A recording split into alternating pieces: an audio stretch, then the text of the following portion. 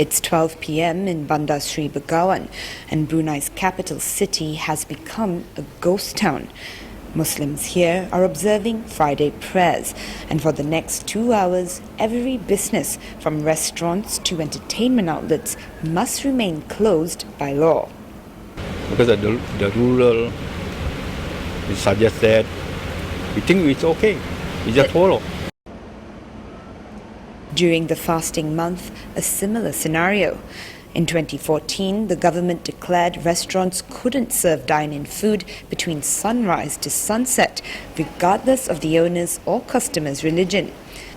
These are just some of the effects of the deep Islamic roots of this nation of some 420,000 people. In 2014, the Sultan announced the rollout of a strict Islamic penal code, a first for a Southeast Asian country. Some of the harsher penalties include flogging, severing of limbs, and death by stoning. While Islam is Brunei's official religion, government figures state some 34% of the population of different religions, including Buddhism and Christianity. Now, the Ministry of Religious Affairs says these minorities are free to practice their faiths, but only among themselves. Public displays of non-Muslim festivities are prohibited, as this could be construed as attempts to propagate religions other than Islam. The laws sound restrictive, but many non-Muslims here appear unfazed. Because here is a Muslim country, we must want to follow the Muslim law, right?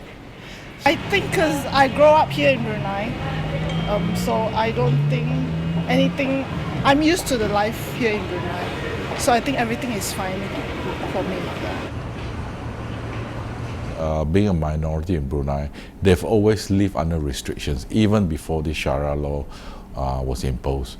So I think they are used to restriction, and it's a way of, they have a long coping mechanism built in.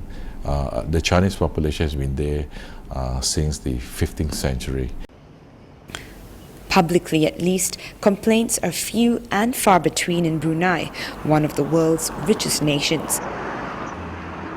But internationally, its religious policing has often thrown the small nation into the spotlight. That and the lavish lifestyles of the royal family, to whom Sharia law does not apply. Brunei is constitutionally an absolute monarchy, and there are very few limits to the powers of Sultan Hassan al-Bolkiah. But some locals say foreign media have unfairly sensationalized the royals and the Islamic regulations, so much so that it's affected tourism. Well, actually, before this we have a lot of bookings, but as of now we are quite quiet. And you think it's because of the report? Yes. Why do you think that? Because Well, mostly, when they actually mention about Brunei, it's all about the Sharia law. It's all about the bad things about our Sultan, but they didn't get the news where every single Bruneian was actually happy because of our Sultan. Ali is not alone. Many Bruneians we spoke to revered the Sultan for using his oil wealth to help the people. We are very glad to have him as our ruler in Brunei. We love him so much that we can, how to say, I don't know how to say, but I'm very proud to have him as our Sultan in Brunei. A majority of them would support the monarchy for a very simple reason that Brunei have extensive welfare provisions. So for example, there are no personal income taxes in Brunei. The overwhelming bulk of the working population actually works for the civil service. All medical care for Brunei citizens are free. Education is completely free, and almost everything else is subsidized. Still, some from the younger generations are growing restless. Locals talk of boredom, crossing over the border on weekends to the more liberal Malaysia. Some bring back restricted quantities of alcohol and cigarettes, things you won't find openly sold in Brunei.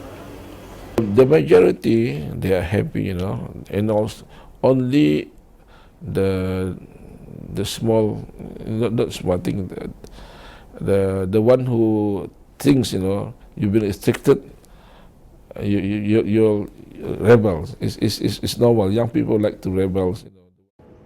To some Bruneians, these small gripes are still outweighed by the benefits of being a citizen.